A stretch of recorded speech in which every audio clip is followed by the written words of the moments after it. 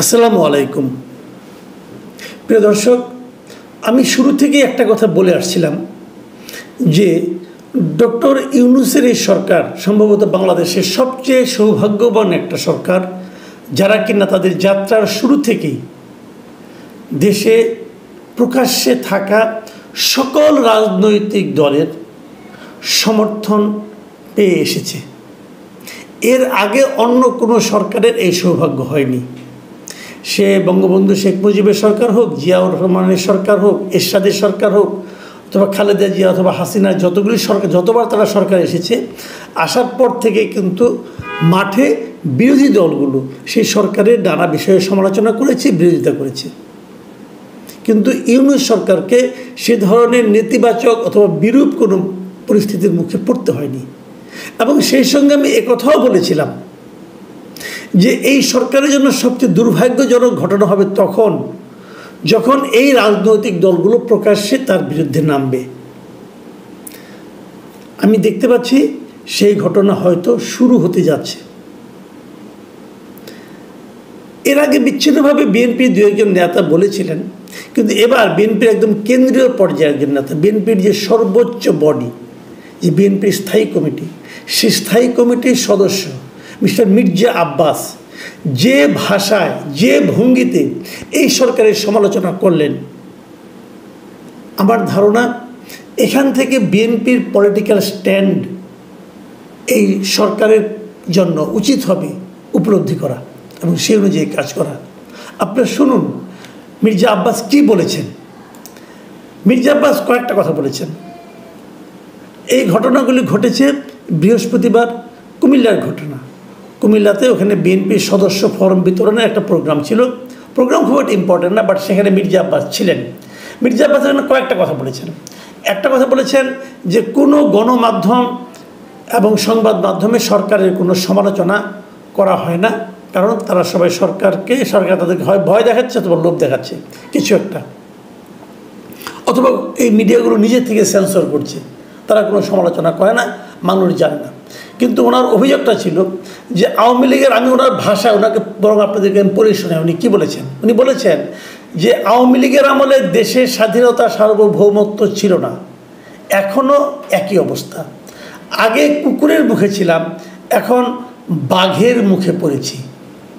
খেয়াল করুন, মানে উনি বলতে চাচ্ছেন যে আওয়ামী লীগের আমলে আমরা ছিলাম কুকুরের মুখে, মানে আওয়ামী লীগকে উনি কুকুরের সঙ্গে তুলনা করেছেন, আর ডক্টর ইউনূসের সরকারকে তুলনা করেছেন বাঘের সঙ্গে।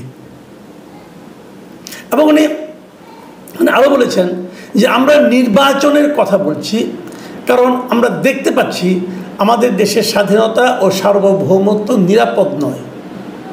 মানে উনি বলতে চাচ্ছেন যেটা, যে আমাদের স্বাধীনতা এবং সার্বভৌমত্ব নিরাপদ নয় এই সরকারের কাছে এখন। এইটা বলতে যে উনি উল্লেখ করেছেন কোন কারণে এই কথাটা বলেছেন। উনি এই কথা বলেছেন ওই যে রাখাইনে যে একটা মানবিক করিডোর দেওয়ার প্রসঙ্গ, সেই প্রসঙ্গের কথা উল্লেখ করে উনি বলেছেন যে মিয়ানমারের রাখাইনে করিডোর দেওয়ার সিদ্ধান্ত নেবে নির্বাচিত সরকার, এই সিদ্ধান্ত দেওয়ার মালিক আপনারা নন। মানে ইউনূস সরকারকে লক্ষ্য করে উনি বলেছেন, এবং সেই জন্য উনি বলেছেন যে এদের হাতে আমাদের স্বাধীনতা ও সার্বভৌমত্ব নিরাপদ নয়। এবং সরকারের বিরুদ্ধে একটা মানে গুরুতর অভিযোগ উনি করেছেন। সেই অভিযোগ উনি করেছেন যে এই সরকার নাকি গত 8 মাসে দেশ থেকে নাকি এই সরকারের আমলে গত 8 মাসে 90,000 কোটি টাকা পাচার হয়েছে। এই অভিযোগটা আমার কাছে খুব মারাত্মক একটা অভিযোগ মনে হয়েছে যে 90,000 কোটি টাকা পাচার হয়েছে এই সরকারের আমলে।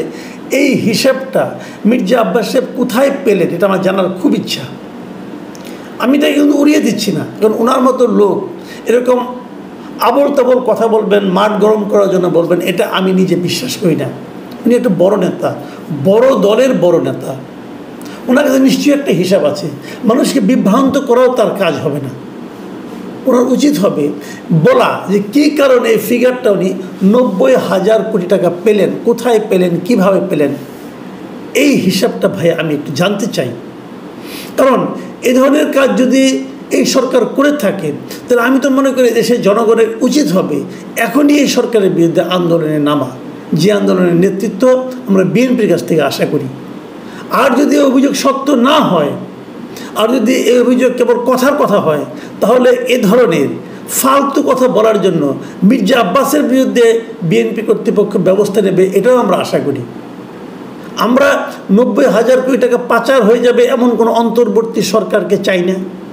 বিপরীত দিকে 90,000 কোটি টাকার একটা অভিযোগ, ফালতু অভিযোগ কেউ উচ্চারণ করবে, সেটাও আমরা চাই না। এ দুটোর একটা সমাধান হওয়া উচিত। আমি সরকারকে বলবো, আপনি এটা প্রতিবাদ করুন, অথবা চুপ করে থাকলে প্রমাণ হবে, বাংলাদেশ বিশ্বাস করবে যে অভিযোগ সত্য। পাশাপাশি মির্জা আব্বাসকে বলবো, আপনারও দায়িত্ব হবে এই অভিযোগের সত্যতা প্রমাণ করা, অথবা দেখিয়ে দেওয়া, অথবা একটা হিসাব দেওয়া, কেন আপনার কাছে মনে হলো যে 90,000 কোটি টাকা পাচার হয়ে গেছে, এটা আমরা জানতে চাই। আর সেই সঙ্গে বিএনপির শীর্ষ কর্তৃপক্ষকে বলবো, যদি 90,000 কোটি টাকা আসলে এই সরকারের আমলে পাচার হয়ে থাকে, তার জন্য আপনারা আন্দোলনে মাঠে নামুন। কারণ এই 90,000 কোটি টাকার কথাটা বলাটা এই জাতির জন্য আপনাদেরই একমাত্র গুরুত্বপূর্ণ দল, আপনারা সবচেয়ে বড় দল, আপনাদের দায়িত্বের মধ্যে পড়ে। যাই হোক, এইগুলো একটা অভিযোগ।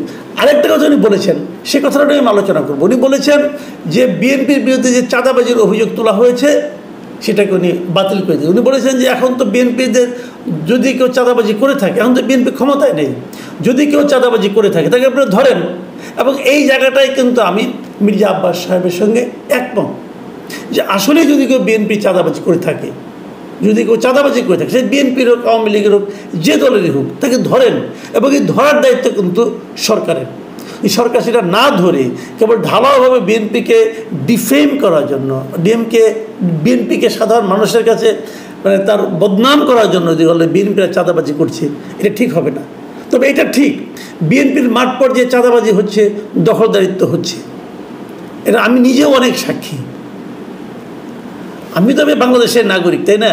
আমি প্রয়োজন এগুলি একদম টু দ্য পয়েন্টে উদাহরণ দিয়ে দেখিয়ে দেবো কোথায় কোথায় বিএনপির লোকজন, ছাত্রদলের লোকজন চাঁদাবাজি করছে এবং দখলদারি করছে, জবরদখল করছে। এরকম অনেক উদাহরণ আমার কাছেও আছে, সেগুলো আমরা দেখিয়ে দেবো। কিন্তু তারপরে আমার কথা, যদি এরকম করে থাকে, সরকারের তো উচিত, সরকারের আইন শৃঙ্খলা বাহিনী তো উচিত, পুলিশের তো উচিত ওই লোকগুলিকে ধরা। পুলিশ কেন ধরে না? তার মানে সরকারকে তাদেরকে ধরতে না করেছে? এমনও হতে পারে কিন্তু সরকার বললো তোমাদের ধরো না, বিএনপির বদনাম টদনাম হোক, এরকমও হতে পারে। সেই বিষয়গুলি কিন্তু দেখতে হবে।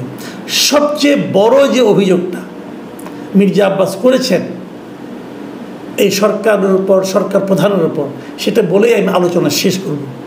তিনি বলেছেন কীভাবে, আমি হুবহু আপনাদের পড়ে শোনাই। তিনি বলেছেন, সিন্দাবাদের বুড়ো আমাদের ঘাড়ের উপর চেপে বসেছে, ঘাট থেকে আর নামতে চান না, ওনাকে ঝাঁকি দিয়ে ঘাট থেকে নামাতে হবে। বুঝতে পারছেন সিন্দাবাদের বুড়ো কাকে বলা হচ্ছে? আপনাদের নিশ্চয়ই মনে আছে সিন্দাবাদের বুড়োর সেই কাহিনী। আরব বুড়ো যিনি সিন্দাবাদের গল্প নিশ্চয়ই আপনি পড়েছেন।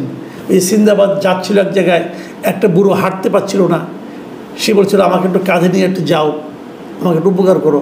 এবং যখন সে কাঁধে নিয়ে যখন তাকে ওই জায়গায় গিয়ে তাকে নামাই দিতে চায়, সে আর নামবে না।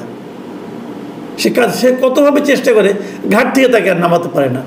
তো আমাদের দেশের উপর, আমাদের জাতির উপর, আমাদের মানে উপর এরকম কি কোনো বুড়ো প্রথমে অসহায় ভাব নিয়ে এসে বসেছিল এবং সেখান থেকে নামতে চাচ্ছে না? কে সেই বুড়ো? ইঙ্গিতটা কোন দিকে নিশ্চয়ই বুঝতে পারছেন। এটা তো খুবই স্পষ্ট, ইঙ্গিতটা ডক্টর ইউনূসকে লক্ষ্য করে। এবং তারপর বলতে চাচ্ছেন যে উনি ঘাট থেকে নামতে চান না, ওনাকে ঝাঁকি দিয়ে ঘাট থেকে নামাতে হবে। এটাও কিন্তু একটা বড় অভিযোগ। ডক্টর ইউনূস এই বিষয়টাকে এখন কীভাবে মূল্যায়ন করবেন? আমি আগেও বলেছিলাম যে বিএনপির চাওয়াটা সরকারের কাছে কী ছিল? চাওয়াটা ছিল যে একটা নির্বাচন দেওয়া দ্রুততার সঙ্গে, এবং সেই সঙ্গে একটা নির্বাচনের রোড ম্যাপ ঘোষণা করা। এই সরকার কেন তা করছে না?